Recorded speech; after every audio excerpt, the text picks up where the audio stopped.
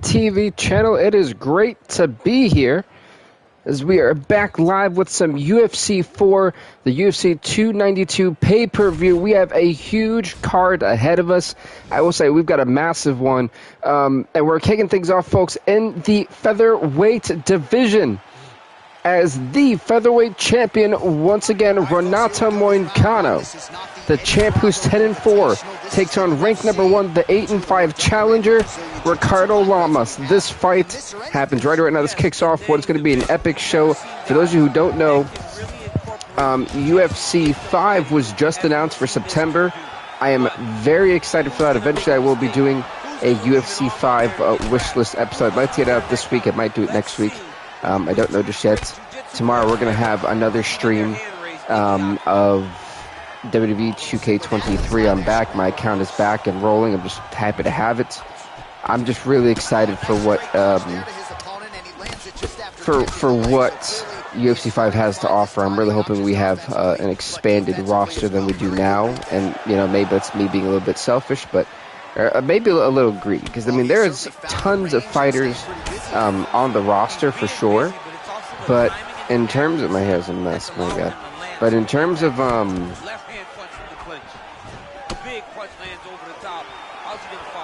That's weird. But in terms of actual depth, I think like the women's, all of the women's division need more depth for sure. And I think 100 character slots would be great too, like creative fighter slots for sure. Definitely the two most important things for me on that wish list. So I'm hoping that we get that. They're just kind of like huddled up over here. Ref may have to step in because they're not doing anything. Both guys kind of like huddled as it is. Nothing is happening here. We're just kind of... The ref is not doing anything. 2 minutes now to go in the round. Are they stuck? Alright. This is not how we do fights. At all.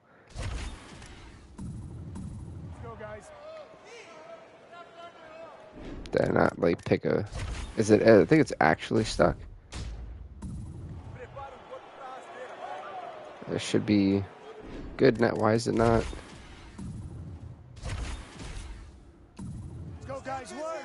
It's actually stuck. Like the controls don't even work. That's wild. So we're stuck here for the next couple moments. This is insane.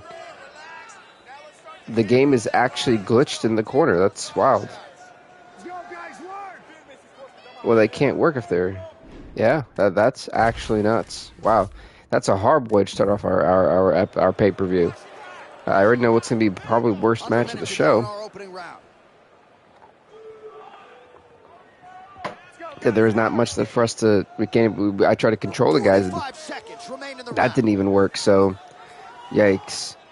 Like, on a serious note, yikes. And I am hoping that, you know, my stuff is actually live and is properly working, because that would suck if it wasn't. I'm trying to get my ringer on too, so I know that. There we go. Like I said, I mean, there's not much we could do for this round, unfortunately. All right, DC's second round is getting underway. Round one, not the round of the year necessarily, but some good. Yeah, round one was absolutely terrible. That was not a good round for sure. Sometimes it's very even. That's what we saw in round number one. But hey, I mean, round number one was very lackluster. There was a glitch that prevented these guys from fighting, so hopefully they don't go to the corner again for a little while. Well, straight right hand has been a good weapon for him. He misses with it there. Oh, wow, I completely forgot I had that thing going on.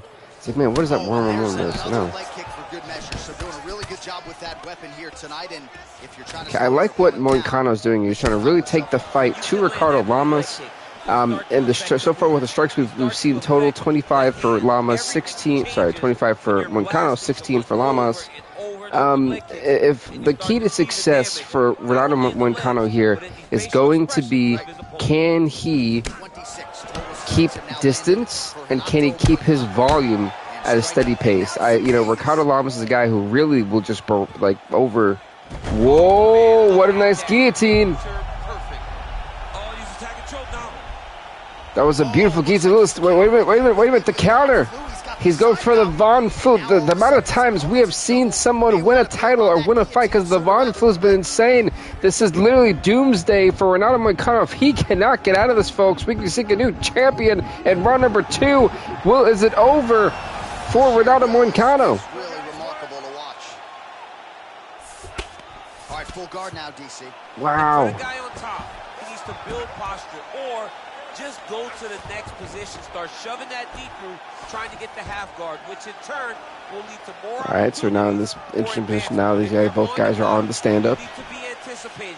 You need to be framed. Nice knee to the face. Moving, looking for opportunities to either reverse the Ooh, okay. or get back to your feet. All right, so he's landed some good shots tonight, but this Nice knee to that was smart. He kind of faked him out there, went right for a knee to the body. It did some damage. John, don't you come to me without a combo. I want the whole platter. Give him the whole platter, young man. See, what it looks like is I think Moicano really wants to take this fight to the ground. And Lamas knows he's not going to win the ground. He's got to keep it on the stand-up. He's got to try to evade getting caught in the grapples.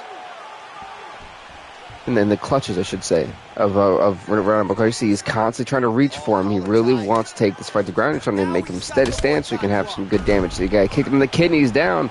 He recovered, though.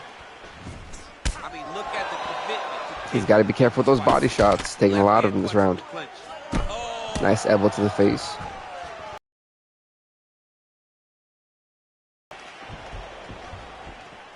So every fight on this card is a championship fight, which means 5 rounds for every fight if needed. Oh, look at that jab. Snapped his head back. His jab gets to the target so fast and always brings his hands right back to his face. And that's the end of round number 2. Right, That was nice. That was nice. Entertaining rounds. We'll see how it goes in this round. We'll see which corner sort of maximize those 60 Oh, kicked him right in the leg there. It really kind of discombobulated him for a moment. His balance was completely off. I'm very surprised at that small kick really did that much damage. He even switched stance. Wow. Big kick land. So that is something that Lama should probably note later on in this round. Ooh, head kick land. Beautiful head kick. To the featherweight champion, trying to make sure he maintains ground. I said the game plan really has not been effective. Not even effective. The game plan for Renato Moicano hasn't really been executed. The reason why I said is you can tell that Moicano's really been trying to keep this fight on the ground. He's been trying to get there, but he has not been able to. Besides that one submission we've seen in round number 2, that was brief. They had to go right back to the stand-up. What is happening in this game? Please don't tell me they're glitched again. What is happening? 3 minutes to go in round 3. What is this? Are they glitched again? Wow, this is a horribly glitched fight right now. What is this? And they separate. That was terrible. First, it was the side of the side of the cage in round number 1 that took 2 minutes off the fight, and then there was that. Not a fan. I don't know what this new update was, but it's terrible. Well, you got to admire the urgency here. He is trying to keep the judges out of it, lighten up his opponent left and right. Like I said, both guys have been they're not really bringing pedal to the metal right now. I will say that much for sure. 2 minutes to go. You know, we're about to almost go into the championship rounds, really, the 4th and 5th round. But like I said, these guys have not really connected. Nothing has really been connecting for either of them. They've gotten a shot here, they've landed kicks here and there, but they haven't been able to put it together yet. And that's what I'm waiting for. I think the first impactful combination is going to really set the tone for the rest of this fight. Okay, again, that was nice. That was a nice little calf kick. No tell, just a brutal kick. He can't take any of those kicks. Yeah, no, I mean, like I said, again, we're getting a lot of, Look at how he turned this. both guys are kind of afraid to really stand and bang with one another. Nice uppercut. Jaw now starting to show signs of swelling. 20 seconds left. Oh. All right, he engages in the single collar tie. That was nice uppercut, okay. Again, they will clinch. Again, very much so an uneventful round where combinations just have not been landed. It's really making you kind of think, you know, what will and what can happen. And these will take their toll as this fight goes into the latter rounds. Nice punch by Ooh.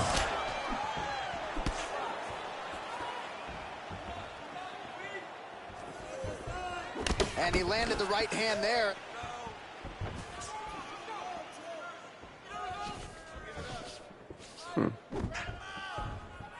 Moicano gets touched by that kick to the body. Wow, 6-7 strikes have been led in.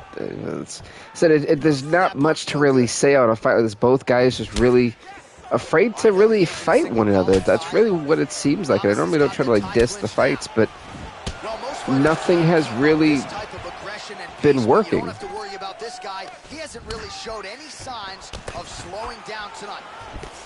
Goes to the body there. So what Moicano's doing is just throwing a bunch of reckless shots. Just over 3 minutes to go now. Massive knee to the body land. That was a nice knee to the body, I will agree. Under 3 minutes remain in round 4. It's really been a lackluster fight, and you know, as we're sitting here, we're just not seeing the willingness to engage from either fighter at this point. Again, it's been shot here, shot there, nothing that really stands out to where you can really be like, okay, you know, we've got a really good fight on our hands. It's been pretty uneventful. Knee to the face, okay. Lamas has got the tie clinch. Let's see what he can do with it. When you're in a clinch, you can pull down on the head and land these beautiful punches to the head. All right, single collar tie now. Oh, good opportunity to do damage here. He's got that tie last time they didn't do anything in that position. So again, it's just, you know, the one somebody we were close to finish was with that submission. That was about it. And now he engages in a Muay Thai clinch, and I think a lot of people watching wonder how you can control an opponent like that. Hard to get out of.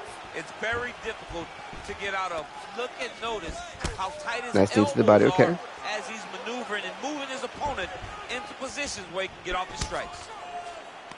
Oh. A nice elbow. There we go. Finally something. So he's really starting to put together some significant body shots here. These they needed the body. Okay, again, it's kind of like run of the mill, if you will. I mean, it's just not. Nothing's really coming out that you can sit there and go, okay, this has been eventful, and it realistically it hasn't been. I will say I'm very much surprised at the lack of urgency from either of the fighters. Continuing to try to get a more dominant position in the clinch, getting fatigued in the process, I would think. It's very taxing to be chest to chest. And it's hard to say who do I think is going to win this fight, because we haven't seen anything that indicates. I think maybe Lamas has done better because he's landed more strikes, you know. But then again, that's going to be hard. Single collar tie now. He's in a good flow right now. He's landing big shots to the body. We're in this 5th round. They said finally something is starting to kind of form here.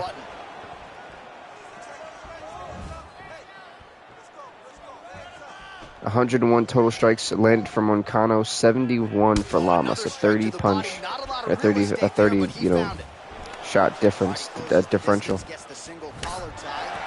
Oh, he did a great job of rotating him into his underhook. Definitely an anticlimactic featherweight title fight.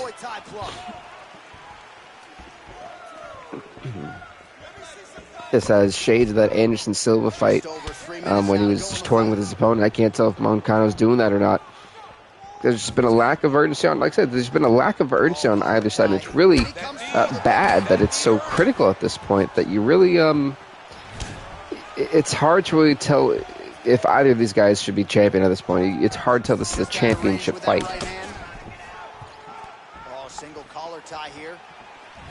Oh, continuing to work the body to great effect. Moicano gets hit with a I wouldn't call that a knockdown either.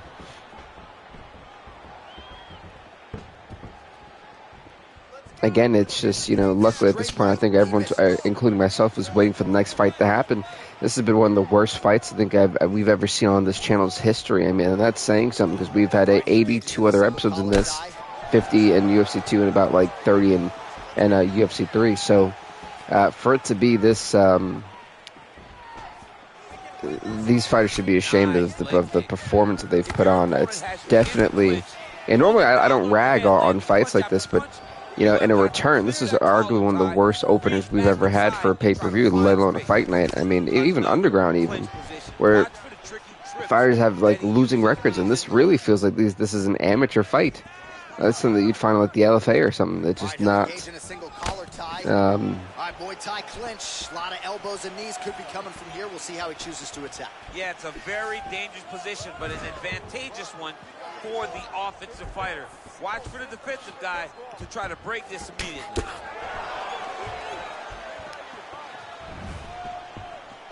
Wow. Final seconds of the fight.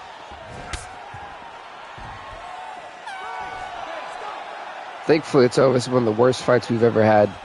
And if I ever see another fight like this from Renato Moicano or Ricardo Lamas, they will not be relatively close to a championship fight for a while. Ladies and gentlemen, after 5 rounds, we go to the judges' scorecards for decision. Why is his ear so poked out like that? Oh my God. 50-45. Declaring the winner by unanimous decision, and still the undisputed UFC featherweight champion of the world. Well, congrats to Renato Moicano. I just, next fight, that was terrible. That was truly one of the worst championship fights we've had. I think that's actually the worst championship fight we've ever had. Ronda Rousey versus Sarah McMahon is up next for the Women's Bantamweight Championship. The champion, Ronda Rousey, the 28-7 Ronda Rousey, takes on the 12-8 Sarah McMahon. You got to think Ronda Rousey is so close to history, folks. So close to history. I mean, we have never seen a fighter have 30 wins. She's got 28. If she beats Sarah McMahon, she is 1 win away from being by herself, not just in the women's fighting history, but in the entire history of this channel.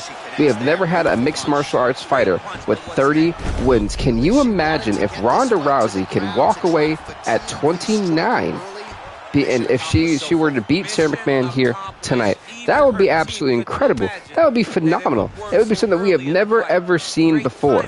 And truthfully, I mean, who wouldn't want that?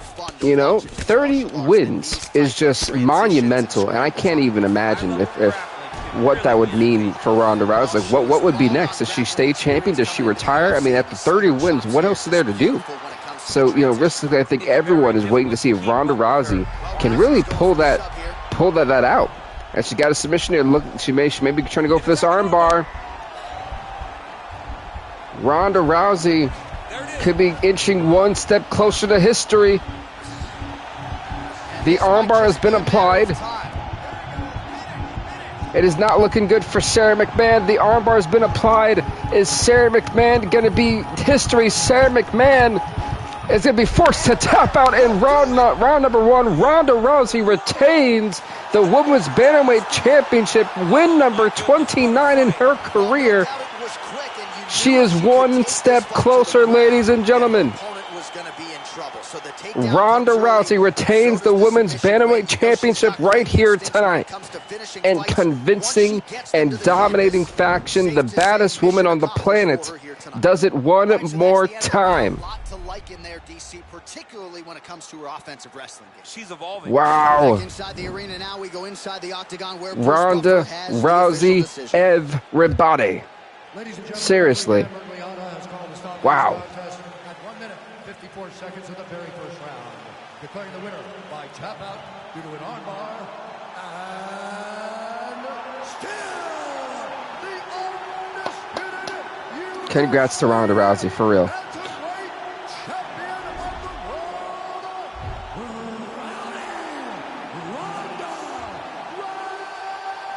Wow. Congrats to Ronda Rousey on retaining the Women's Bantamweight Championship. She is 1 step closer to 30 wins. Will she be the first ever fighter to do so?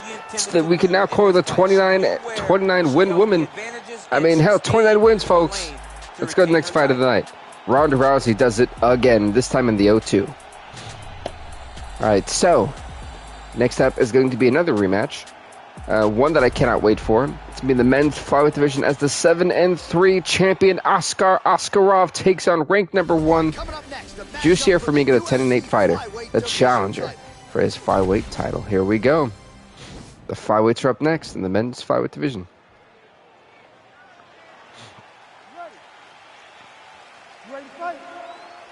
Fight. Well, these guys have been on each other's radars for quite some time. Tonight, oh. Askarov and Formiga going right at it. I'm not surprised. The history here between these two.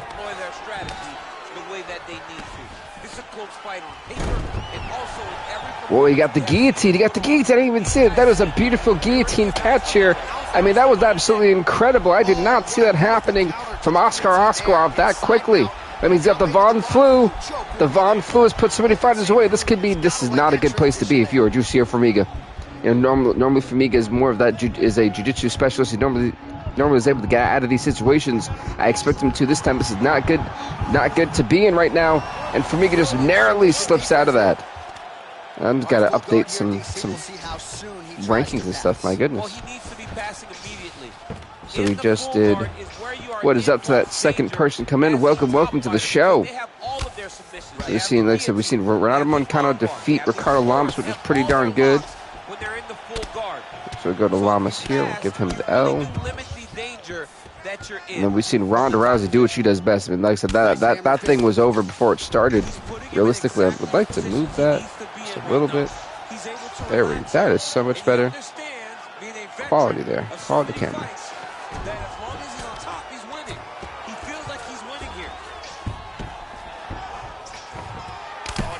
Oh, caught him right in the face. Yeah, but what we're seeing is Askar Askarov stay on the ground, which is something that normally I wouldn't. A lot of fighters, when they do this, they normally don't survive with Formiga on the ground. Formiga's got such an advantage, but he gave up the arm. He gave up the arm. I am so surprised he gave up the arm. I'll tell you, Formiga's submission defense IQ is insane. So to see that he actually got wrapped up in that, I'm very shocked. I was not expecting that to happen just this early in the fight. But the one thing you'll see where Formiga catch up, he knows how to arrange his body into positions to avoid getting caught into bad circumstances while in submission forms. Right now, this is not looking good. The arm is gone. Basically, the arm for Formiga. Formiga forced to tap out to Askar Askarov in round number 1. Another submission victory. Another first-round finish. That's 2 in a row. Askar Askarov is still the flyweight champion of the world.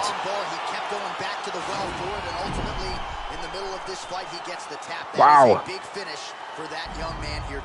And he took the wrestling to Formiga, which is something that normally does not happen. To say that I am surprised is beyond belief. I can't even believe it. Risky, I thought he'd have to keep it on the stand-up if he wanted a shot at beating Jussier Formiga.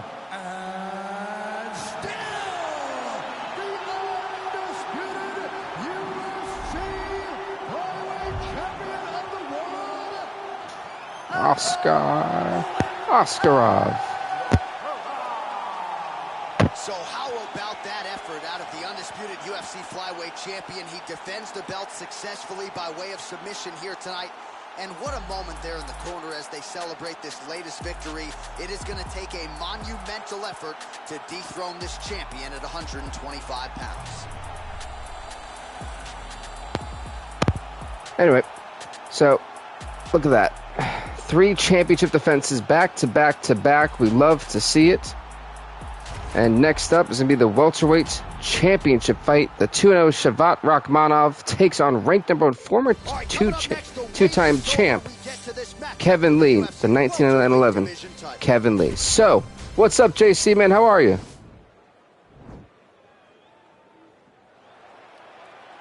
All right. So,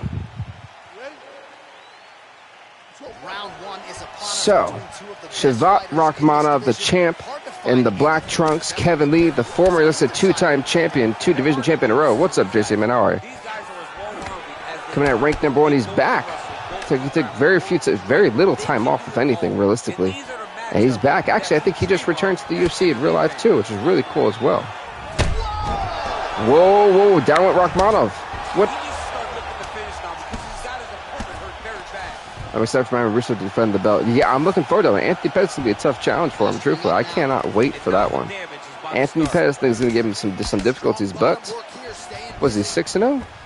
He's 5-0. Looking to go 6-0. So he's definitely going to have some. I mean, honestly, this is a true test for Russo for sure. I honestly can't wait for it.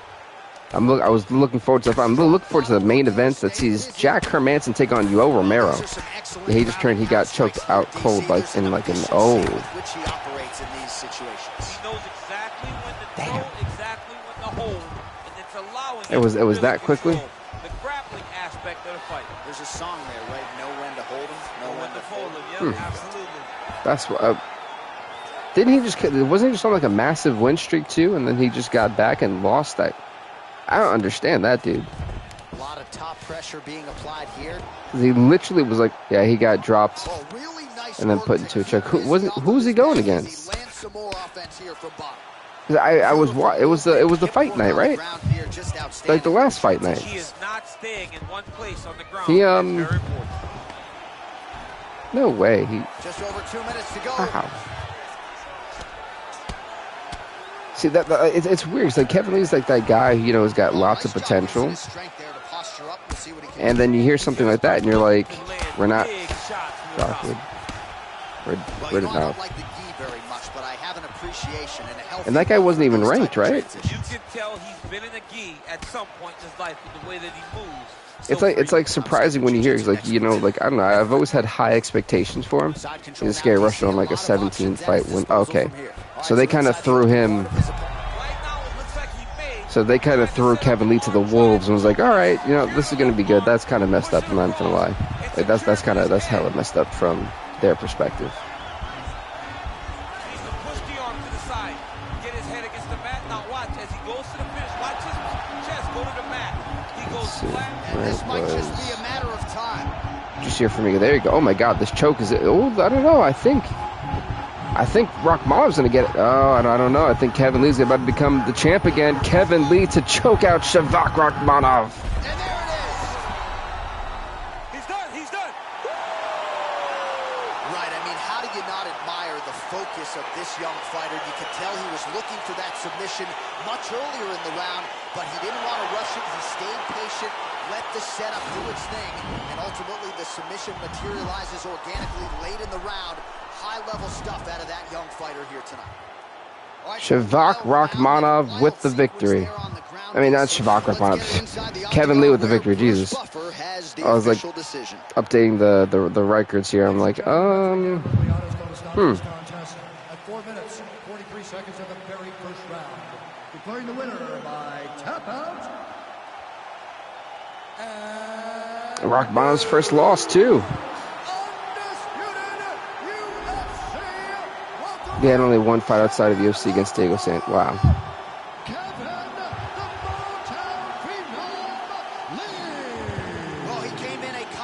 And then he came back and got put out cold. That's wild. Because with the way they hyped him up, it was like he was actually doing a lot of things. I guess that was just the UFC's promotional bandwagon doing what it does best. That's 3 first-round submissions. But hey, Kevin Lee's the champ in our series.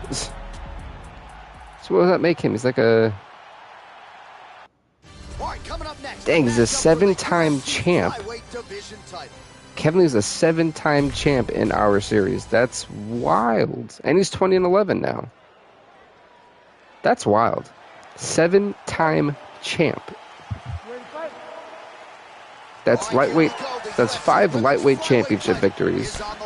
And that's 2 welterweight championship victories. That's nuts.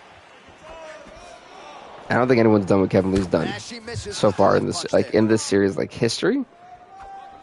I don't think anyone's done. Yeah, exactly. That's a lot of times of winning a belt. Yeah, he's really done.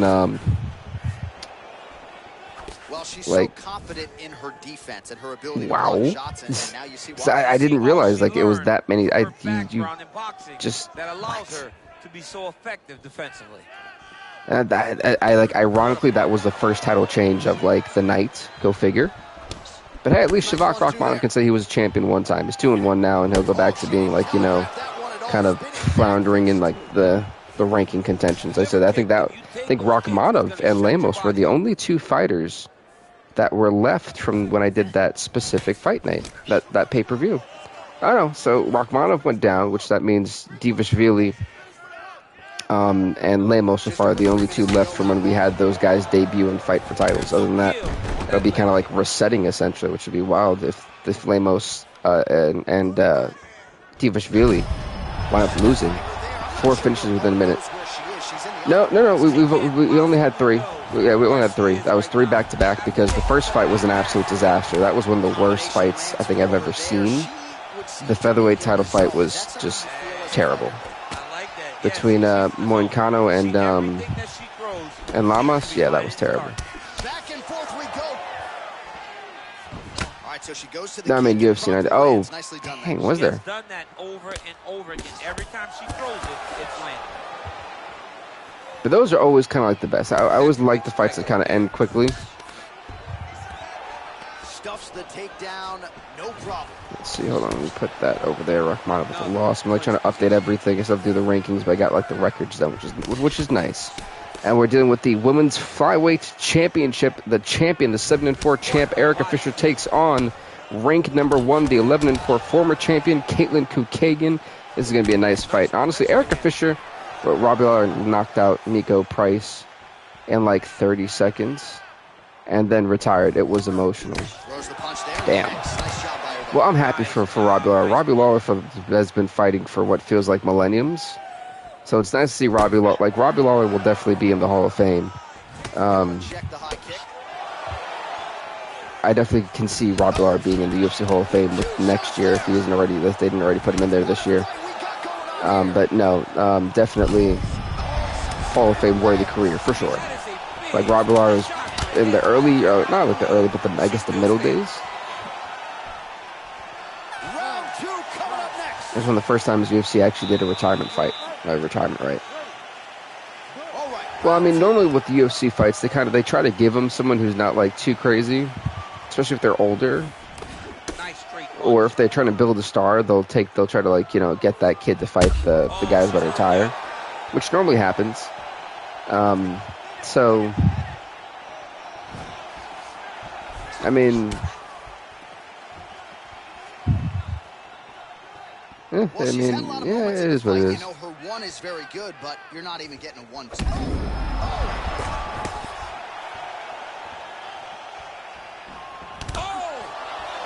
But again, the body of Fisher coming into play. It's a lot of times she's had a lot of body, like those body shots. She cannot take them often.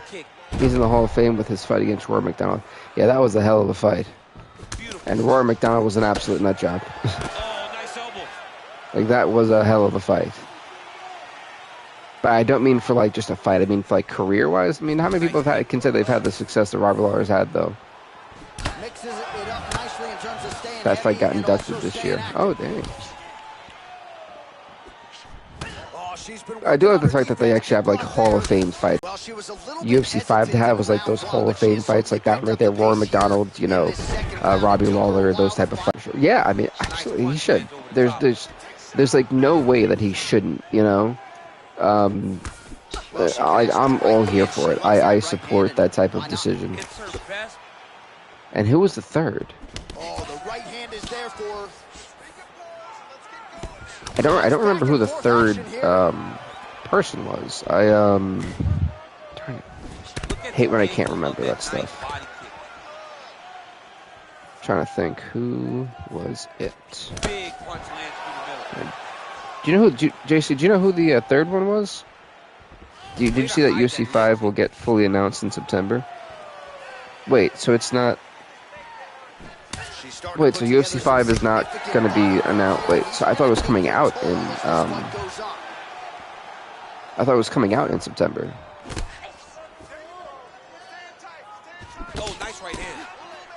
So it's not coming out in September. So they're only announcing when it's going to come out in September, but they're not, I thought it was like releasing. They just didn't have a date yet. But that's what I thought it was. No, it's not. It sucks.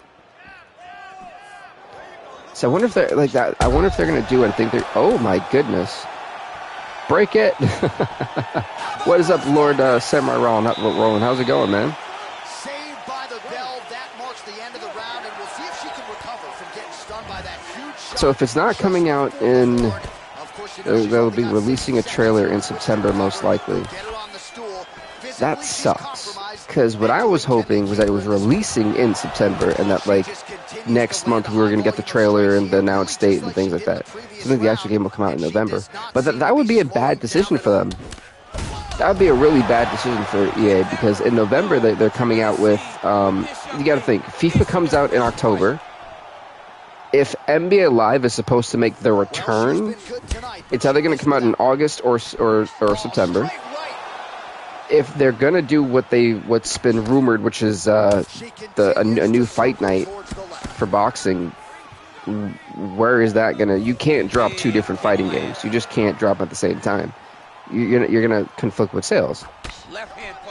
I'm trying to think, when would they even... Oh my God, kicked right in the back of the head.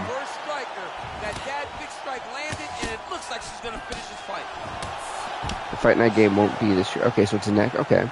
Well, I hope the judges recognize that she's blocking the majority of these shots. She's doing a beautiful job, I think, defensively. She's doing a great job. I bet they would just start working on it. Yeah, but I mean... And they separate. Like working on Fight Night or working on UFC 5.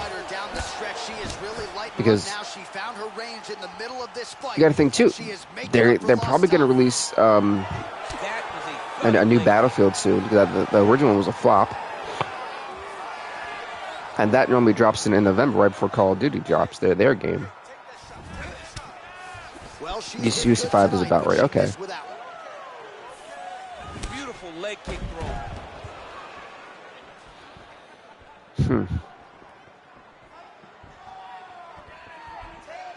Left hand punch from the clinch. Right back in the clinch. Look for the back. I'm trying to think like what games would probably be coming out from EA in November. That's the hard thing too, is like trying to figure out. Wow, look at freaking Erica Fisher go. These two fighters have tore each other apart. They could release in December. November sounds more right, though. I wonder if they're going to do what they did last time with UFC 3. How they exactly? It could, like in February. It could be 2024, but I doubt. Again, back into this position. I doubt it. Knee to the body. Oh my goodness, Erica Fisher is just taking it. Oh my God.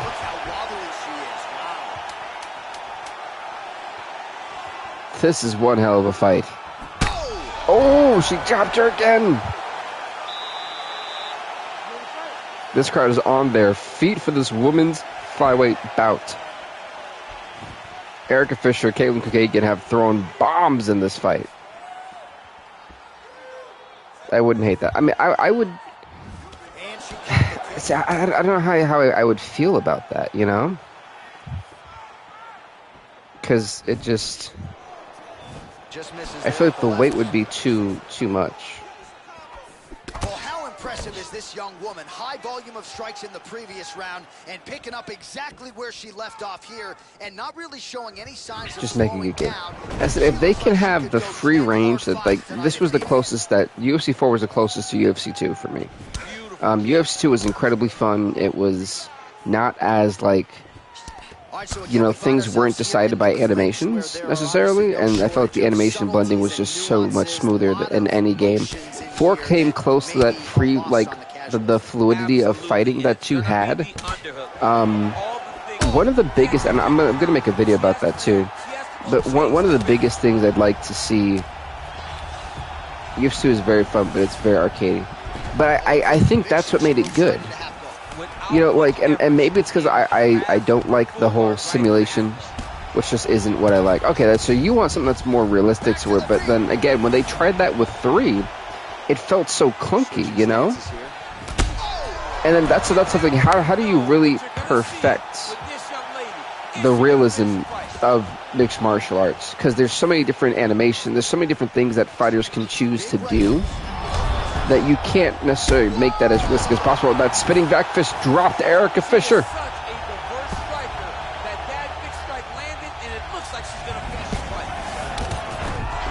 She took both of those. I see. So you like. I hated UFC 3. I couldn't even play UFC. I felt it was so clunky. It was just bad for me. Like movement-wise, it was so stiff, and fighters aren't that stiff in UFC. So I was like, Like, I feel like that aspect of the stiffness should have been on it. With the stiffness that UFC 3 had in certain aspects, I think they'd have a perfect game. And the one-punch knockout to Caitlin Kukagan. Erica Fisher is still the women's flyweight champion. The Hot Mess Express does it again. May not have even seen that flush shot coming. So this is exactly the way she drew it up. She told us during fight week that she had to find a way to finish this fight, to send a message to the rest of this division. Message sent. Whew. All right, we take a look back at some of the pictures from this one, and she had it all going on tonight, but certainly her boxing was on point. Her boxing in terms of grappling, just give me Undisputed 3 grappling. If I could have that game in terms of depth, if they could recreate that into 5, I don't care about anything else. That right there would be great in its own right. It was realistic. It was arcadey, but it was fun. They had the perfect elements of both. I'll take Undisputed 3's gameplay mechanics all day, including the referee stoppage. Let's see. Congrats to Eric Fisher on winning this fight. We're going next fight of the night. Ooh, still champ. Give me UFC 4 striking and Undisputed grappling, and I'm a happy man. Okay, that's fair. I'll definitely take that. Yeah, I think that they could definitely even expand on UFC 4's striking for sure. Yeah. I don't love the striking in Undisputed 3, though. The uppercuts left a bit to be desired. I feel like you had to perfectly time your uppercuts in order for them to hit, but I wouldn't say it's like necessarily a bad thing, you know, but I definitely see what you're saying. I think that 4 so far has had the best striking for sure, but grappling definitely goes to Undisputed 3. And if that's what it would take, I think that would be a pretty good game. It's limited. It definitely was, but you also got to think for the time too. I mean, 2009? I think that game came out. 2009, 2011. It wasn't. I don't like the stick striking much. Yeah, I wasn't a fan of that either. But for the time, the limitations that game had, it still exceeded quite a lot. They had to put a lot of depth into it, though. I would like a better career mode for sure. Like the career mode just seems like you just train and then you fight and then you talk on Twitter and that's it, you know? You prefer bumpers for hooks? Yeah, and button. Yeah, that's fair actually. I think that's... Yeah, I'd have to agree on that one. Dang. Woo. Look at the beating we're seeing here.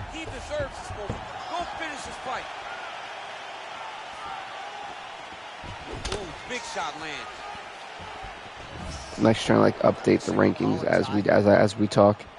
Let's see. All right, Talita Alcantara is, I guess, going back up. Oh my goodness! What is happening in this bantamweight fight? This is nuts. He just took so many shots to the face. He's very comfortable fighting off his back, DC. Now looks like he's trying to hip escape. Yeah, he's trying to hip escape, or maybe look for a Kimura here. All right, dominant position here. He's got the full mount. A lot of different ways he can go here. Maybe try to find an arm bar or just get the ground and pound. He can attack submission, but those submissions will present themselves once he is landing that brutal ground and pound he is known for. Because then his opponent will start to get a little bit desperate to get out from under him. And for the career mode, I would like to have to cut weight. Yeah, that's actually that's actually a feature I think would be really cool.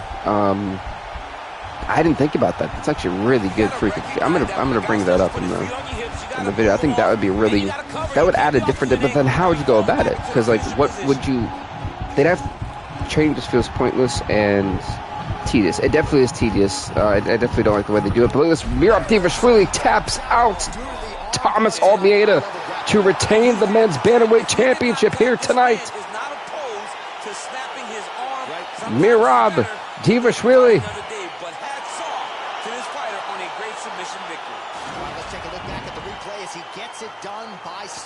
Mike's still not done updating the fight charts. so behind. You just lose weight by doing the workouts that you usually do. Okay. But then I feel like the thing should be like, they should have like an eating thing, like, oh, gee, are you going to go out with friends, go partying, you know, that all that stuff to affect that. I think that would be more realistic. And the better the training session, the more the weight you lose. That's good, yeah. I'm actually I'm all for that, actually. Ladies and gentlemen, referee intervenes called a stop to this contest at 4 minutes, 15 seconds of the very first round. Declaring the winner by tap out. And you can do like the like a sauna or something. That's a good idea. I wish they'd give you more like action points to do things. Obviously, if you don't make weight, you lose money. Yeah, of course, yeah. Congrats to Merab Dvalishvili. He's now 3-0 in the UFC. I would like to see, I think, like most importantly, I want to have more created fighter slots. I would love for them to make like a Dana White mode. I know you're probably like, what the hell would that be? But kind of like an actual like universe mode. Yes, we have great events, but I think if we were able to like reset records and to just update the rankings inside the game, that would be so much easier than me having to do it on a computer. Like, that's just for me personally, but I would like to see that, like a Dana White mode where you can create the fights as you go and pick the venues and things like that. Or maybe if you want to do it in high school, boom, UFC 1 in a high school, or you know, something like that. Let's see what else to say there. Oh, and if you choose a tall fighter for your weight class, or you choose a big body type, you have to cut more weight, so it punishes you for making a 6'3" ripped lightweight. Yeah, that would be that would be a bit. I don't think I've ever seen a 6'3" lightweight. Oh my god. Like, that is a bit rough. Ladies and gentlemen, the light heavyweights championship is on the line. The 10-1 Jerry Prochazka takes on ranked number 1, 14-9. Oh, Vince St. Preux, the former light heavyweight champion of the world. Jalen Turner he just fought this weekend. Oh, okay. I haven't watched the UFC this weekend. I've got to definitely start watching. Because the only way I had access to ESPN the last month was my PS5. My phone was acting funny with it. So I literally missed out on like a month and change of stuff, but he missed weight by 2.5 pounds. Oh, that's not good. That's not good. They take away half that purse. So the UFC's been very, I think, gracious with it. Like, realistically speaking,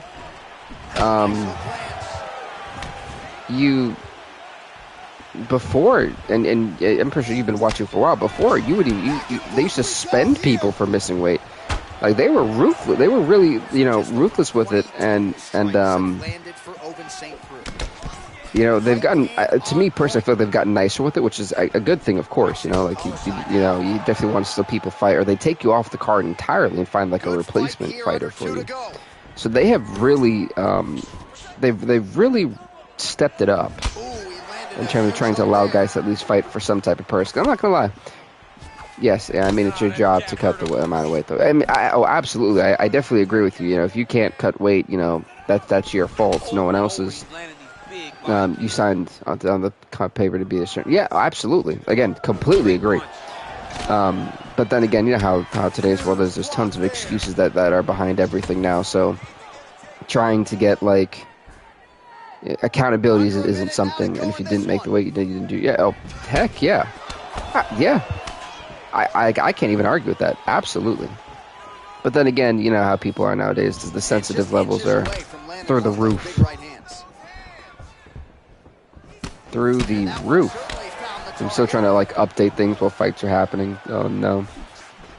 I didn't think I'd fall this far behind, but I've done the flyweights, it's 1. I've done the bandweights, it's 2. The men's flyweights, it's 3. Men's bandweights, 4. Flyweights, 5. Welterweights, 6. This is the, okay, yeah, so it's 6 that was one, right?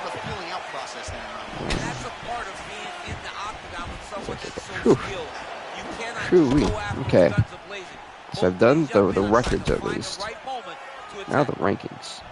That's a whole nother battle in its own right. Demetrius Johnson. I gotta do because my laptop is charged, so I can't even like prop it up so I can actually see it. Absolutely the worst. But yeah, I think UFC 5 should also probably have like What would be cool if they don't do like the Dana White thing that we talked about? What about like promoter mode? Like, what if I mean, I know UFC probably wouldn't be too fond of it, but what if like you can create your own promotion and like go head to head with Dana White? But like you'd have Dana White on like legendary type of mode, so like it was even harder. Like you try to steal your fighters like before a fight, things like that. That would be wild. Or buyout contracts, that would be wild. I'd like to see some type of like promoter mode thing. I think that would be pretty cool. Again, you know, that's a bit harder, you know, said than done, but I think it would be, it would definitely be something for sure. Kayla Kagan's got the best record in the flyweight division. I can't even take her off the rank #1. 1, 2, 3. Now he engages in a Muay Thai clinch. You better protect that head.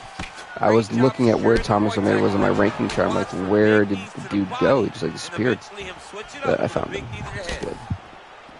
Well, he's really starting to land a high number of strikes here in the second round. No denying that he has taken the message from his corner and picked up the pace here in round 2. Well, I mean, yeah, in this type of fight, we have to expect that.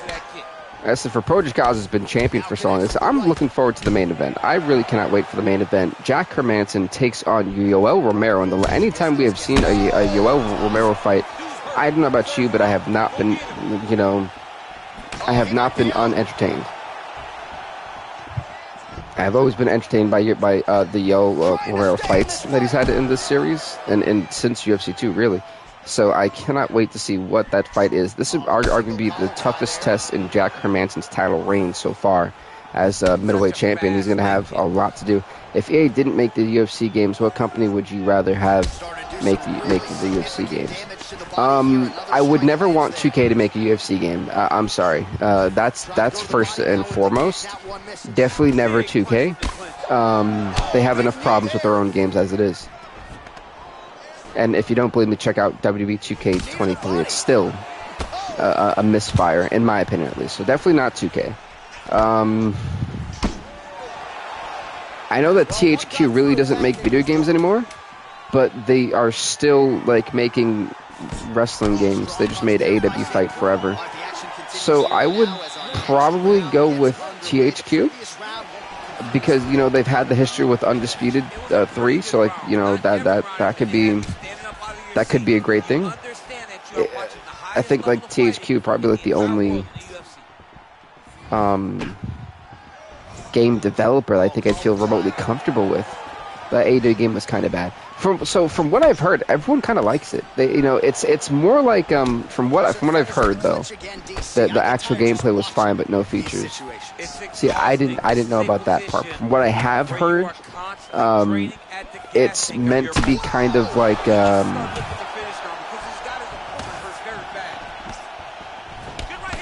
what was that game? Not Here Comes the Pain. It's kind of meant to be like No Mercy. Very limited, yeah. Well, you know, that's another thing too, is that, you know, I think they prioritized matches and like fun inside the match and completely forgot to do modes. I think the only mode they have is like Road to the Elite. I heard that someone said there was a universe mode, but I didn't know how true that was. So I don't know how true that is. Oh my god, Jerry Projikaz is absolutely peppering. Oh, the knee to the face. How'd he get back up? I have no idea how Vince St. Preux got back up from that. Wow. That's a nasty. The career mode was absolutely horrible. Was it? Oh dear. That is not good. For them to have that much time. I mean, they had time, dude. Like, they had tons of time. And for them to mess up that bad, that's terrible. And you're absolutely sure it was that bad? Like, I'm like real. Like, I'm glad I didn't get the game. I wasn't too like fond of it, you know. But after hearing that makes me really glad I don't have buyer's remorse. That's how I felt with 2K22 for wrestling. That thing was trash. Dude, Projikaz and St. Preux, they're really just going at it here. Damn! Good night. Good night. Oh, Vince St. Preux. Jerry Projikaz moves to 11-1. Who can stop this guy? flush. I'm not even sure his opponent saw it coming. So it's more rankings I've got to update. Yay. I don't have it, but I watched the reviews and stuff. Okay. Yeah, I definitely got to watch it on YouTube, see what's going on with it. But congrats to Jerry Projikaza on winning this fight, literally, and retaining the belt.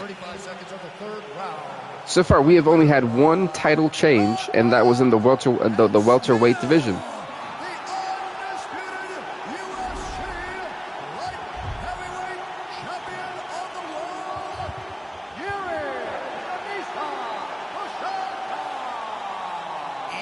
Congrats to Jerry Projikaza, folks. Still the light heavyweight champion of the world. And next up, folks, we're going to the lightweight division. We're going to see the undefeated champion, the 5-0 Antonio Russo, take on the ranked #1 challenger, former champion, 13-9 Anthony Pettis. This fight happens right here, right now. Let's see what happens. And arguably the biggest test to Antonio Russo's reign right here tonight. All right, so the fight is underway. We will see how it plays out. It's a pick-em fight. Russo versus Pettis is going to be very, very intriguing, that's for sure. Ooh, kicked him right in the abdominal. I feel like both of these guys are the top of the food chain. Right, so as that happens, let me update the rankings, the records for the last fight, because you know that was something. Let's see here. Champ just beat Vincent Prue. It's wild, I gotta go search for these things. 14-10 is now Vince. Projikaza 11-1. It's wild when you see these records, man. It's wild. But honestly, when it comes to this fight, I think Anthony Pettis might have the advantage here. I think he's in experience, of course, but also I think in composure. When Russo has definitely pulled off some shocking victories. But truly, this arguably be his toughest test yet to his title reign. And Anthony Pettis has been itching to get back into this championship spot for months.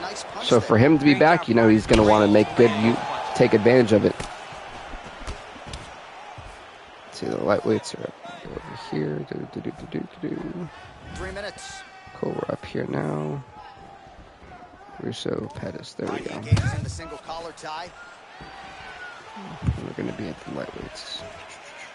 Cool. All right. Something that the men's bantamweights are updated. Sorry, guys, I'm not trying to take care of all the rankings. Men's bantamweights are updated. We got to do the flyweights. Just Lamas just got dropped. And he got dropped hard. All right, so Lamas there. Just over 2 minutes to go in round 1. It's going all the way down. I heard that head kick. That did not sound pretty.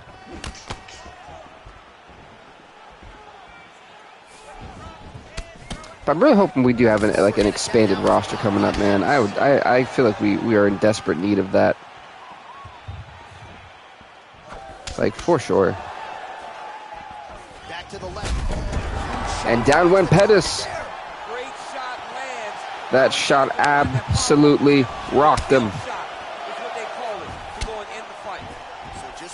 It's a nasty shot, too. So I'm updating everything over here. Then he starts to let the knees fly. Honestly, with this fight, I definitely am looking to see a lot more aggression from Antonio Russo's part. I do think he's got to stay on top of Anthony Pettis. I think that'd be one of his keys to victory is doing that. If he gives space to Anthony Pettis, Russo's going to be in a world of trouble. Russo he's absolutely an elite striker. We have definitely seen his striking on display. And beautiful spinning back fist though from Anthony Pettis. That looked like a low blow, ref. You may want to take a point off for that. That looked like he went right in the yams. I don't know about that one. Oh, that leg already starting to give way for Russo. That's not good. So a long time he's got to be in there with Anthony Pettis. Uh-oh, that leg. Right now, Anthony Pettis has found a weakness. Body kick attempt here, it's no good. Pettis gets caught with that punch. Let's see how Russo kind of switches stuff here. That's right, Russo has steel meatballs. Well, we'll see about that. He'll be. Oh my God, that was a beautiful hook there. And he needs to start looking to finish now because he's got his opponent hurt very bad. That's the second time he's had a high-impact shot that has dropped Anthony Pettis. But again, that leg keeps giving way. He's got to switch stances at some point. He cannot stay in that stance because eventually Pettis is going to hyper-focus on that, and that could lead to his downfall. Body kick is blocked. Look at the whip action that comes. 5 divisions that have been taken care of. The women's strawweight, yeah. Flyweight. Really starting to connect on a lot of shots to the midsection, and these will take their toll as this fight goes into the latter rounds. Oh, it definitely can, absolutely. Of course, I mean, like, of course it's going to take its toll. I mean, this is not going to be an easy fight for either guy.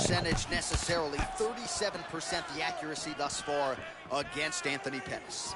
37% accuracy? Right, I don't know if you've ever been kicked by a mule. Probably feels something like that. It has to. This guy is landing his kick with so much force. I mean, he's cutting them down the side with these beautiful leg kicks.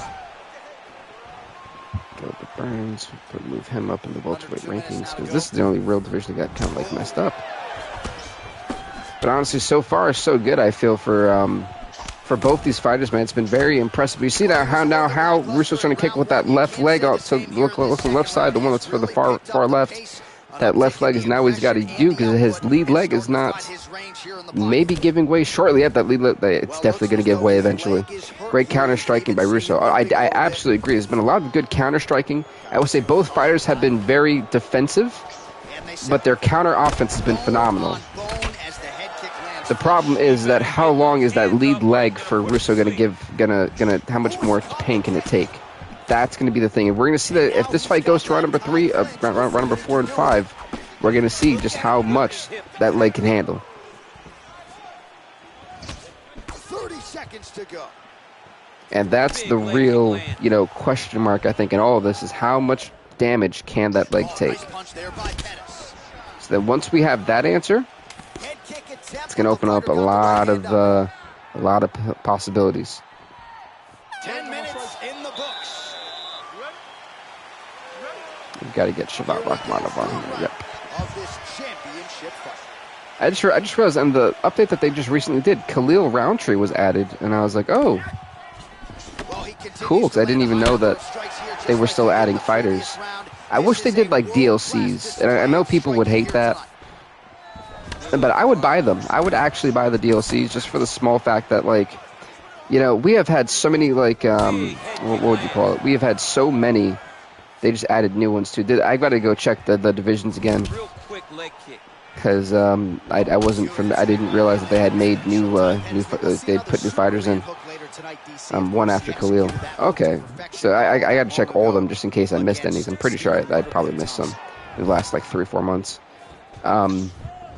But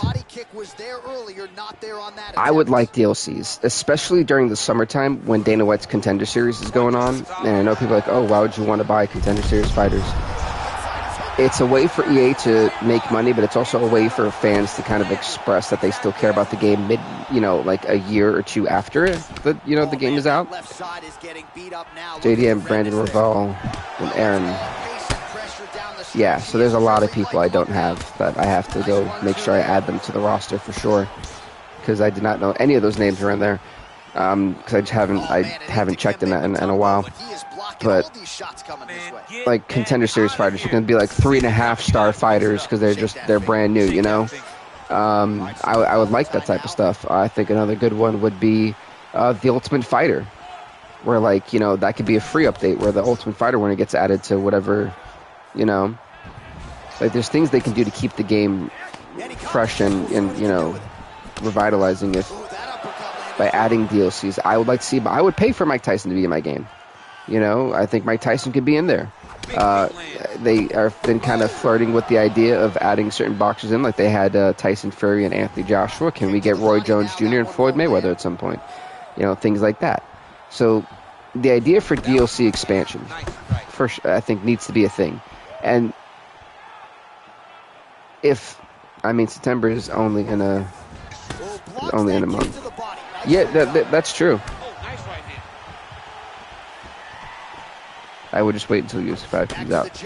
Oh yeah, I mean, yeah, but I'd still want to add them if I could. Like if they're in the roster in the UFC 4, I guess at least try to get them a record going. That way they're not 0-0, you know. Oh yeah, and hell, we still got. If the game comes out in February, that gives me plenty of months to keep doing pay-per-views for UFC 4 and things like that. If it comes out in September or November, it gives me still a couple months to at least have one more pay-per-view and things like that. So there's still things I could do to work with, and I'll probably do what I did when UFC 4 came out, where I had a tournament to see who's going to walk out champion, and then do a pay-per-view to see if that champion can actually hold on to the belt.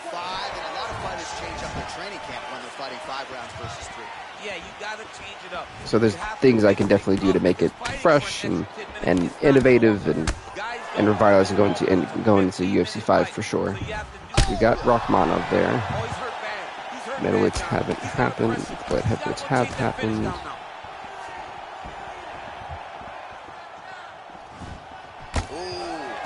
That was a nasty shot. Oh! Down went Pettis. 74 strikes for Russo, 65 for Pettis. Pettis is in a bad way here. Down went Pettis again. Oh, this could be it. This could be it. Pettis could be history. Oh, he postured up there, gained some valuable separation. And now the ground and pound star. Might be a submission. Oh, Pettis turned around. That's not good for Russo. Give these guys so many opportunities. Russo, bring it to the stand-up. Don't fall for this. Keep it on the striking, Russo.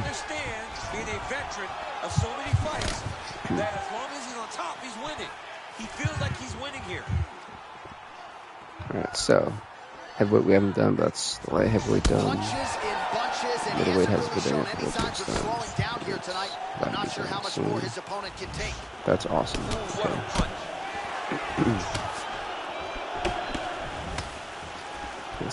So I have to push more needed. Cool. Defense doesn't necessarily win championships in MMA, but he's doing a nice job blocking the shots. Pretty good too.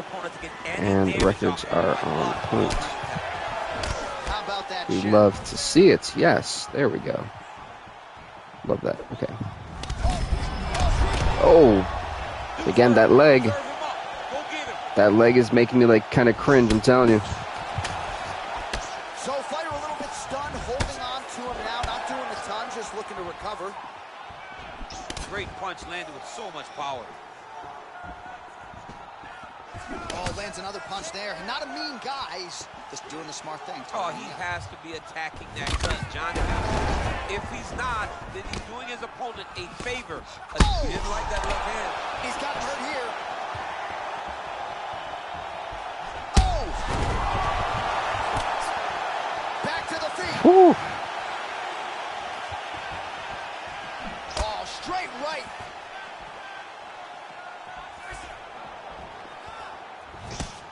I'm loving this fight. This is a good fight. Oh! He like froze him. Can he get the knockout? He put him away. He put him away right before round 4 ended. Antonio Russo retains the lightweight championship here tonight. What a fight.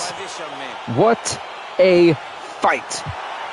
Antonio Russo stays undefeated. He is 6-0 in the UFC. JC, your boy did it. Wow, with 7 seconds to go, he couldn't hang in there. Wow. Wow.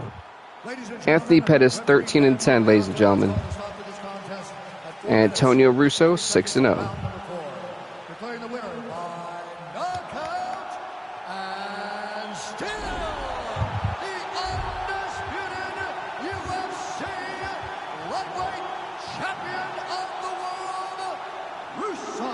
Congrats to Antonio Russo on retaining the lightweight championship of the world, 6-0. As we go on to the next fight of the night, which we will be seeing some women's strawweight action. As the 2-0 Amanda Lemos will take on the rank number, I think it's 3, if I'm not mistaken. The rank number 2, sorry, the 7-4 Lily Williams. This fight is up next. Lemos is undefeated so far, 2-0, takes on the 7-4 Lily Williams. It's going to be an epic fight here in the women's strawweight division. Will you look at that, folks? What a fight. All right, so here we go with round one. We're expecting a lot of action and really to see both women. That was a great fight, I'm not going to lie. That lightweight fight really was something. It's wild. We've only had one title change so far, and that was the welterweight one. And go figure, Kevin Lee walked out champion. But Kevin Lee is also now part of the 20 fight win club. So congrats to Kevin. And very few are there. Conor McGregor, Ronda Rousey, who else?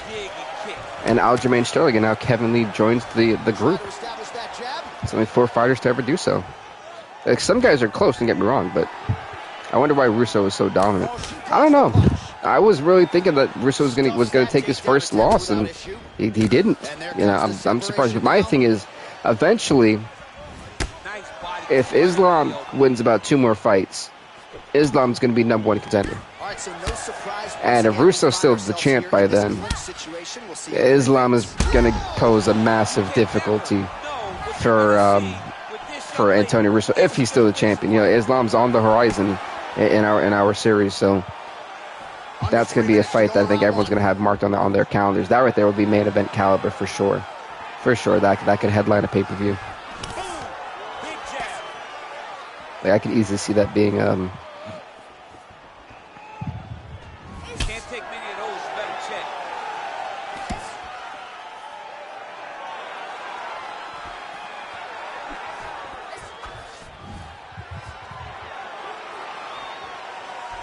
she's got the right hand going tonight, DC. She's in a great flow. She's throwing from her dominant side to land that great strike.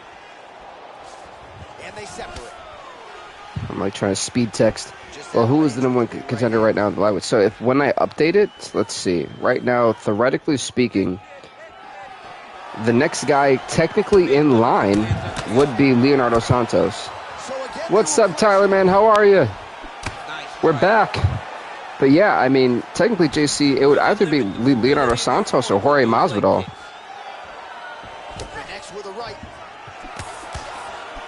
Because right now, Islam's still got to fight somebody to go 3-0. Paddy Pimblett's still kind of on the rise, and he's 1-0. He'll probably wind up facing Evan Dunham next.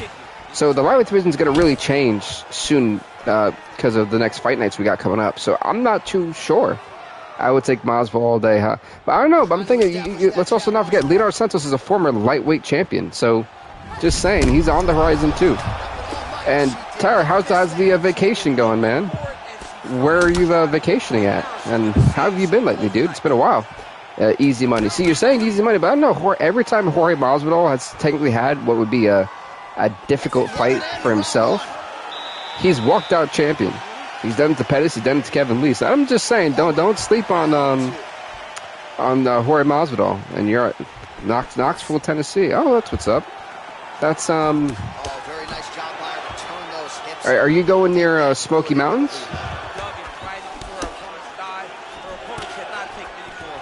Y'all are just crazy for choosing this as a career. You can't just check those kicks. You better check those kicks.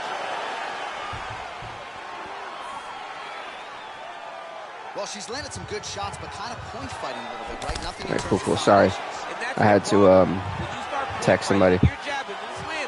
No, that sucks, Tyler, man. Well, hopefully Knoxville's been treating you well. Well, Gamrot was supposed to beat Russo too, and that didn't happen. Russo was just that good. That's true. I mean, yeah, Mateusz Gamrot was definitely supposed to beat Russo, and Russo just wasn't having it that day. So that is definitely for sure. But now, I don't know, like, looking at the trajectory, I hope you don't get banned again.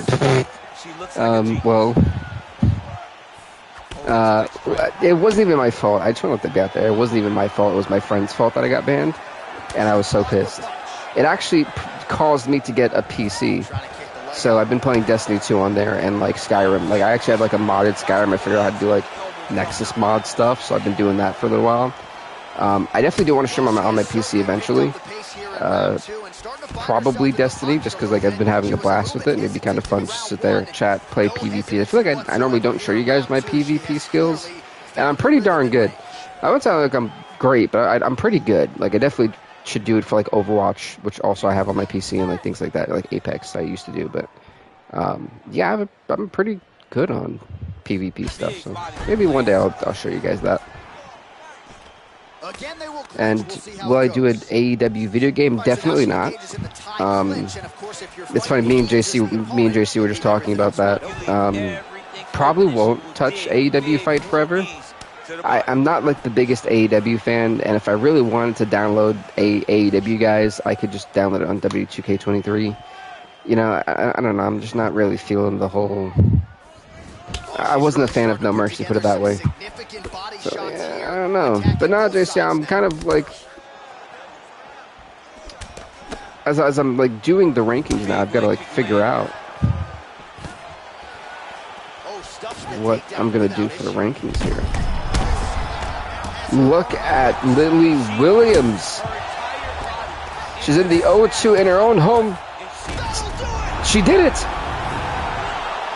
Lily Williams knocks out Amanda Lemos to become the new women's strawweight champion. The second title change of the evening. Williams knew this was going to be her last title opportunity for a while, and she made good on it. She drops Amanda Lemos here tonight and becomes the new women's strawweight champion. But now, her first title defense is going to be going against Mila Wineland. This is a scary situation for Lily Williams. She's got the former women's flyweight champion on the horizon.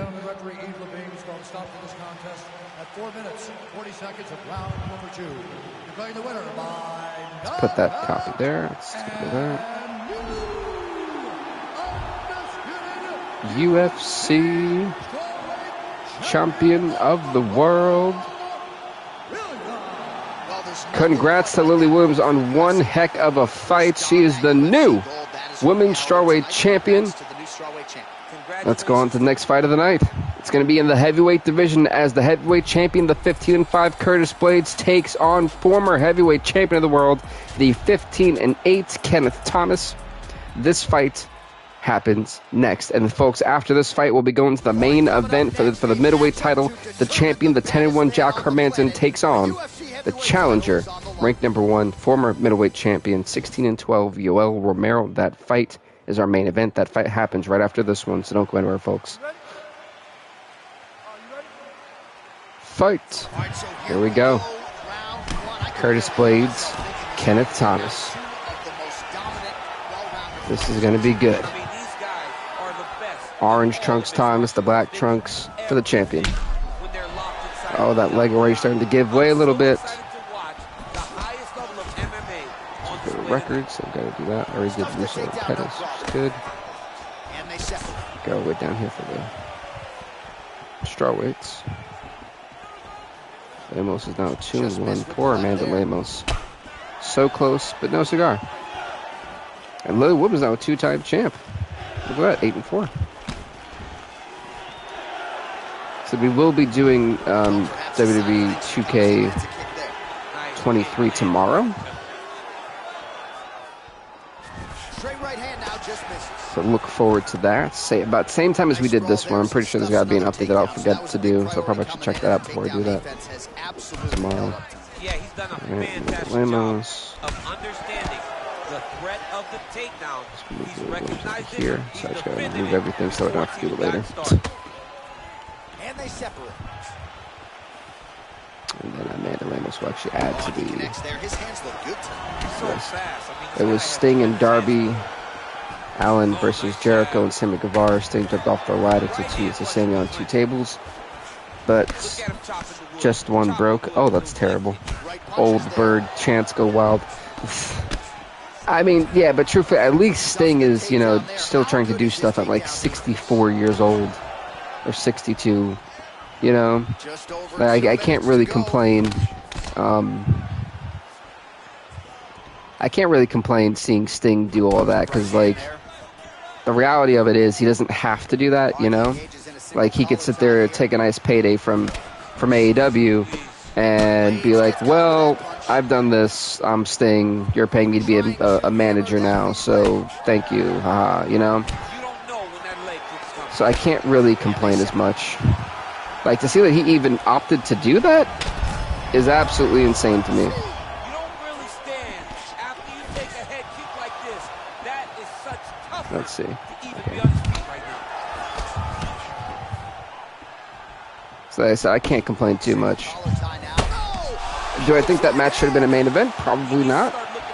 I thought they were gonna have Darby and Sting lose that match though, because the Painmaker Jericho thing is like undefeated, so I didn't think that they would actually like, oh, you're gonna lose to Sting and tap out, when it's like, isn't that the Japanese Terrifier gimmick? Like, why is he why is he tapping out? It didn't make sense to me.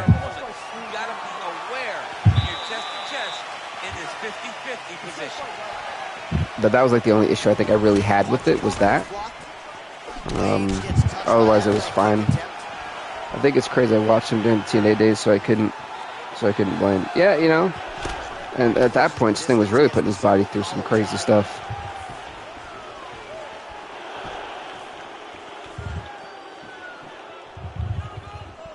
Gotta do lightweight still. Darn it. Trying to update all these rankings. Which definitely takes some time. But say that like, I'm almost done. Woohoo. I've actually been able to like come back and be on track with them, which is phenomenal, because this stuff is, well, I'd say there's a lot of stuff that goes into like maintaining these the rankings, the records, the fight cards. It's wild. And he connects there with a punch. Absolutely wild. Good striking display by him thus far. You know, so far, lightweights are good. So that means just the heavyweights and middleweights that I have to do. It's amazing to be on top of things. From the people watching, because they were tired of watching him flail around. I'm sitting there watching these two guys kind of like stalemate each other. It's kind of funny. Now what does he do with the top control? Side control now. Oh, the ground and Here's the thing, what does Curry? Oh, I think he should go to top now. And Thomas said no. He better start to move, and when his opponent starts to posture, he needs to put his feet okay, some nice little shots here. He said Tom's trying to escape, and Blaze is not letting him. Very, very dangerous position. Nowadays, you see guys just throwing little shots that don't really matter. Very few guys now are committed to ground and pound as they were in the past. Blades, ground and pound. Some good shots landing in from both these guys. Oh, nice work from the bottom. Tags him with the punch. Lands with the ground and pound here.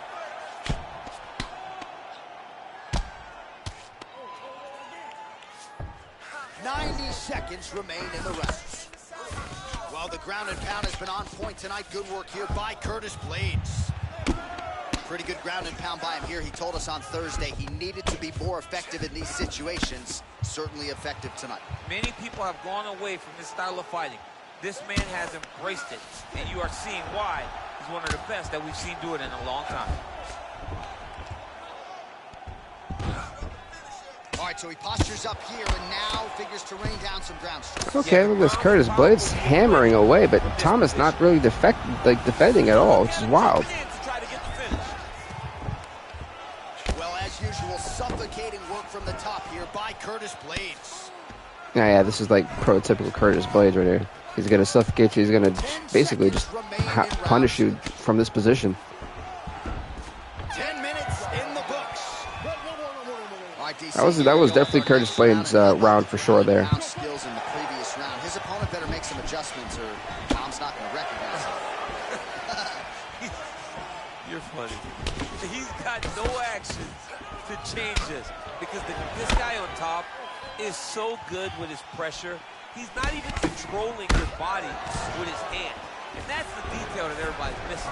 He's sitting in that half guard, and his bottom half is secured his opponent. So his top half is moving. Both guys kind of just standing there. Okay, about to say. Dropping elbows. When he's able to pull back, he's throwing his punches. There is a real intelligence in his approach. I remember that tattoo being on Thomas. It's wild. It's funny, Ken Thomas is one of the fighters who have lasted since UFC 2. One of the few creative fighters that I have.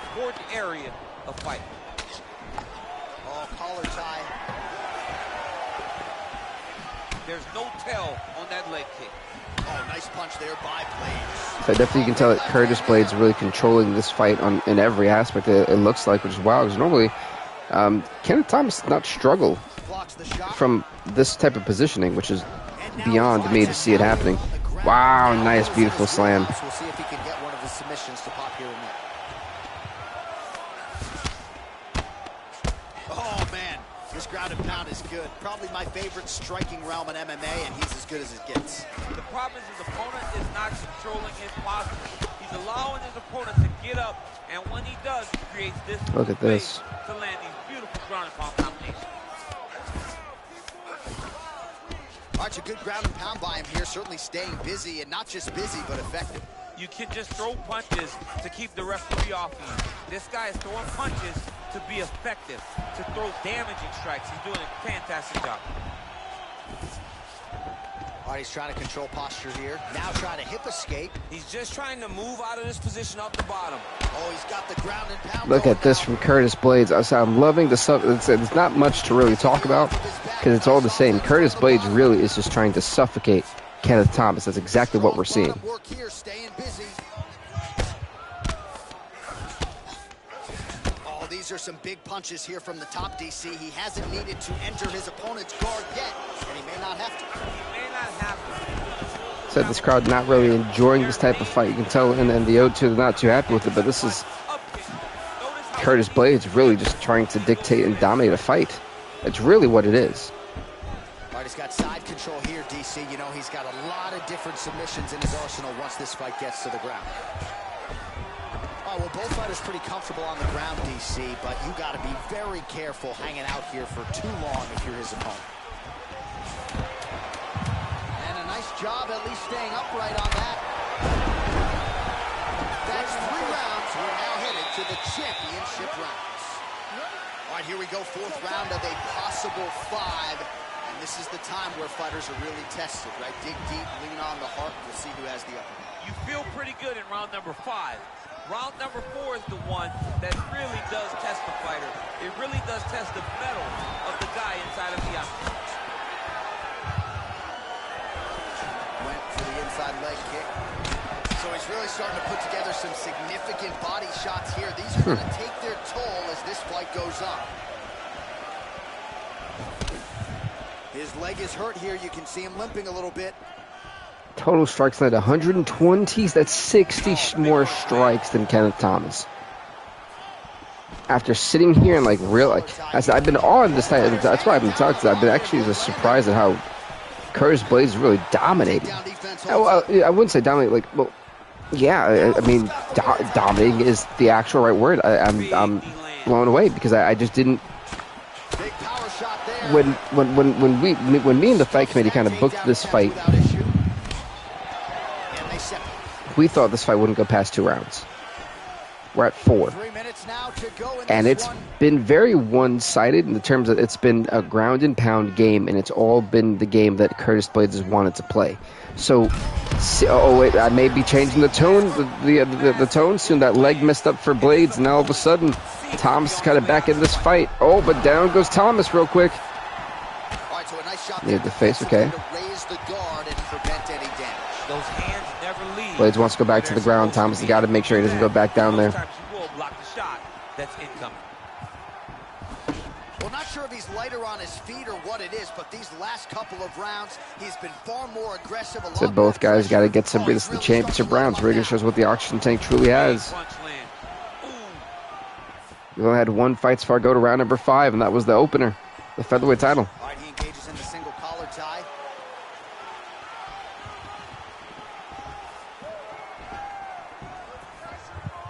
That right hand hurt him a little bit. Oh, the leg of Blades. I thought it was the body of Thomas. No, it was the leg of Blades. The leg is stiff. It's swelling up bad. That is not good for Curtis Blades. He's going to have another 6 minutes to go, basically, if it goes. Oh, the uppercut. Thomas is in literally the sweet spot. He can't give it up. He's got to keep pushing. See, Blades is smartly trying to fight back, though. He just narrowly avoided the uppercut. Nice takedown.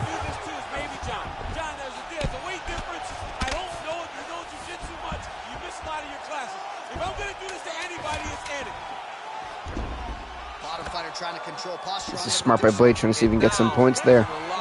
That's a tough round. I think round number 4 definitely goes to Kenneth Thomas. So far, round number 1, I couldn't pay too much attention to it. It looked like that round was Curtis Blades. Round number 2 may have been Thomas's. Round number 3 was definitely Curtis Blades all the way, and round number 4 for me was Thomas. So round number it's up in the air for me, 2-2. So whoever does well in this round is probably going to walk out heavyweight champion of the world. Both those guys got to.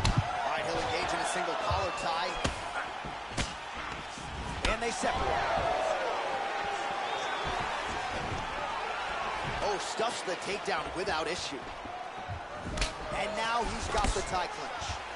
150-89. A lot of that's. I'm surprised. It was a nice kick. He didn't block it, just kind of took it. Look at how he turns his hip into that leg kick. They're both using kicks now. Oh, good night. Kenneth Thomas, the knockout of the century, and once again, the heavyweight champion of the world. Yeah, that was just a gorgeous. A hell of an uppercut knockout, folks, from Kenneth Thomas. We have a new heavyweight champion, a new baddest man on the planet. It was an uppercut. Blades went for the takedown and got caught with an uppercut that knocked him out. So the celebration is on for the UFC heavyweight champion of the world, the baddest man on the planet. Wow, Curtis Blades, no longer the champ. 15-6 Curtis Blades. Ladies and gentlemen, referee Dan Mugliata has called a stop to this contest at 1 minute, 30 seconds of round number 5. Kenneth Thomas now a 4-time heavyweight champion.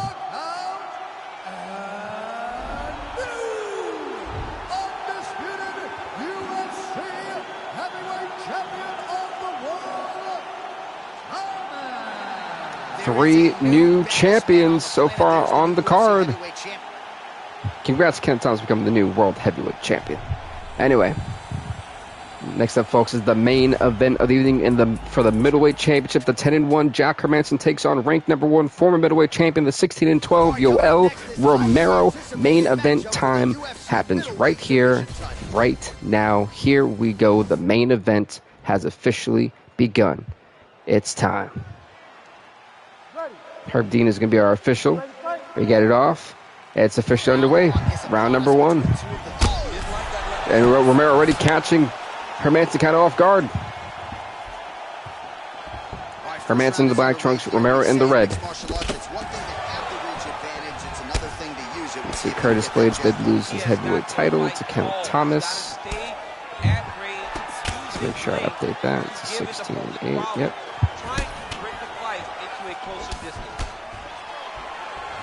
Thomas will put there. So we've got to so I tell you guys, I have so much stuff I have to update regularly for this thing. I mean, so much.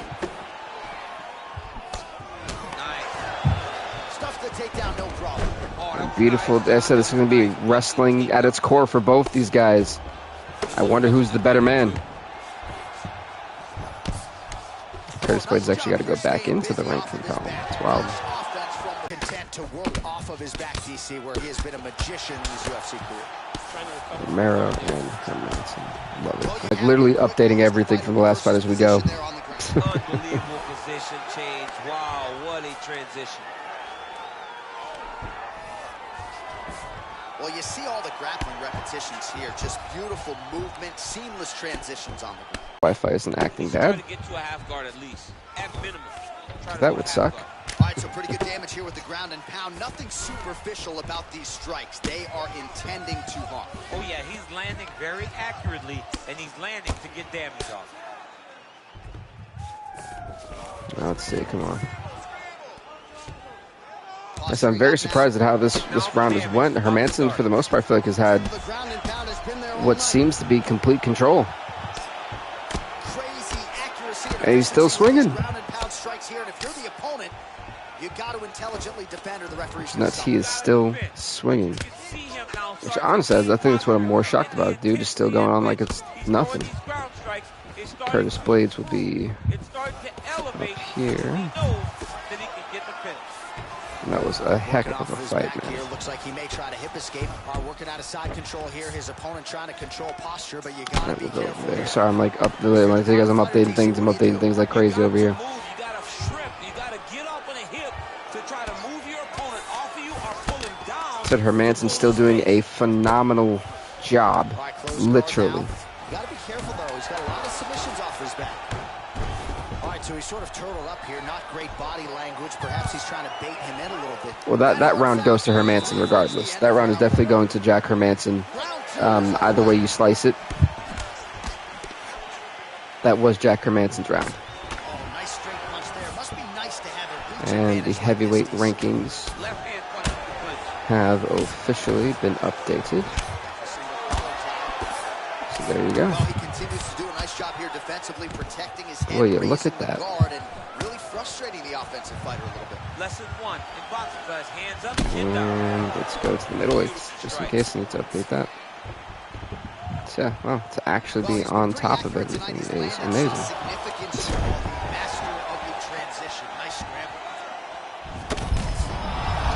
Romero's gonna, I said Romero's gonna definitely catch Hermansson on the stand-up. That's for sure. When it comes to the ground, that's going to be the interesting thing. This, like I said this before, is going to be Jack Hermansson's toughest challenge to date. Romero is just that good. Wow, they both went for the same shot. But Romero took down Hermansson. The guillotine. This is not a good idea. I wouldn't do this with Romero. I'm not too convinced that this is the right move on Hermansson's part. I don't think that Hermansson. The Von flew. Can Hermansson escape disaster? Well, from the Von flu choke, so many times have we seen that take out champions and just regular fighters. But no, literally, the Von flu has literally won so many fighters championships and won them so many big fights. The Von flu reigns supreme. Like either any way you slice it, the Von flu choke reigns supreme. It's still advantageous, but it just seems a little more free-flowing than having something like a half guard. All right, he continues to bully his opponent here, really manhandling him on the ground. So round number 2 is a bit interesting. Both guys really have brought it the entire round. So it's really hard to kind of like pinpoint who I think would. Let's keep trying to fix this. That made it worse. Hold on. There we go. Right, that didn't help at all. Dang. There we go. Much better. He's got an arm triangle here in round number 2, but like I said, it's not. This looks good for the judges to see, but it really won't amount to much here. It's not going to amount to much, unfortunately. But that may be really good for the judges. The judges, I think, I do believe that round number 1 for me was 10-9 Hermansson. I'll say round number 2 for me is also 10-9 Hermansson. I think that's the proper scoring card for me right now. I'll try to go for a takedown. Instead, it got countered. Went for a single, but it got tossed really got countered into a hip toss. And now let's see what Romero does.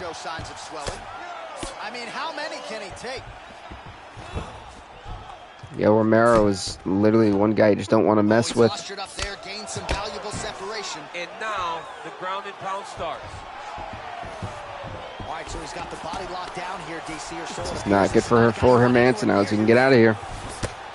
The soldier of God, ground and pound from half guard. Romero trying to keep control. Back into this like mount. Transition there. Such a high-level grappler. You don't see that very often. Oh, that'll work. The ground and pound strike is good. All right, less than 3 minutes to go now in round 3. Man, this is some serious ground and pound here, DC. He's not just staying busy for the sake of staying busy. These strikes are doing damage. Oh, yeah, no pity pat to this guy. This guy's trying to land. Wow. He's trying to land effective strikes. Wow. This is a good mission because, like, for good, you know, it really depends on what Hermansson does with this position. It's not the greatest to be in, but now it's going to be the same position that Yoel was in for a little while. What will Hermansson do with it here? Positions in MMA, is that fair to say? It's a full mount, yeah, absolutely. Position. It's one of the most ideal positions you can get to, especially if you are fighting someone that doesn't truly understand that they're not in as much danger as they are, because it's dangerous, but there are a lot of outs, and if a person isn't very understanding of that, then you can really, really put some damage on it. Oh, try to get the arm. Whoa, Yoel gave up the arm. That's one thing. Yoel's really good at getting out of bad situations, so it's really gonna be interesting to see. Yeah, the armbar's in there, but let's not forget, Yoel knows how to get out of these things. Oh, we're getting a finish here. People think we're getting a finish. I wouldn't say just yet that we are. Yoel is an escape artist. We will see. Can Yoel hang on for 35 more seconds? Yoel Romero is going to tap out in round number 3 in the closing seconds of round number 3. Jack Hermansson moves to 11-1. Who can stop Jack Hermansson? Hermansson does it here in round number 3. He is still the middleweight champion of the world. Let's take a look back at the replay as he gets it done by submission tonight, champ. Wow. Now we go inside the octagon. Bruce Buffer with the official decision. Ladies and gentlemen, referee Herb Dean has called a stop to this contest at 4 minutes, 32 seconds of the 3rd round. Declaring the winner by tap out. And still the undisputed UFC middleweight champion of the world, Jack the Joker Hermansson. Congrats to Jack Hermansson on retaining the middleweight championship here tonight. We've got one more part, folks, and that is the awards, and then we'll call it an episode. So with that being said, here we are. Let's go to the awards. All right, so Performance of the Night KO, I would have to say, I think Performance of the Night KO, I think Performance of the Night KO has to go to Kenneth Thomas. That round 5 knockout, I think, really shocked everybody. So I'm going to say Performance of the Night KO goes to Thomas. I think Fight of the Night would have to go, that's a tough one. I'm going to give Fight of the Night to 2 fights. Fight of the Night goes to Erica Fisher and Caitlin Kukagian and Antonio Russo and Anthony Pettis. Performance of the Night submission for me would have to be, I've got to give it to, I think, Oscar. No, I'm going to say Ronda Rousey. Performance of the Night submission goes to Ronda Rousey. Thank you guys so much for watching. Please do leave a like, leave a comment, subscribe to the BVTV channel. We will see you next time, everybody. See you tomorrow for some WTK23 Week 2. Boom. Peace out. Subscribe to the channel. Stay off the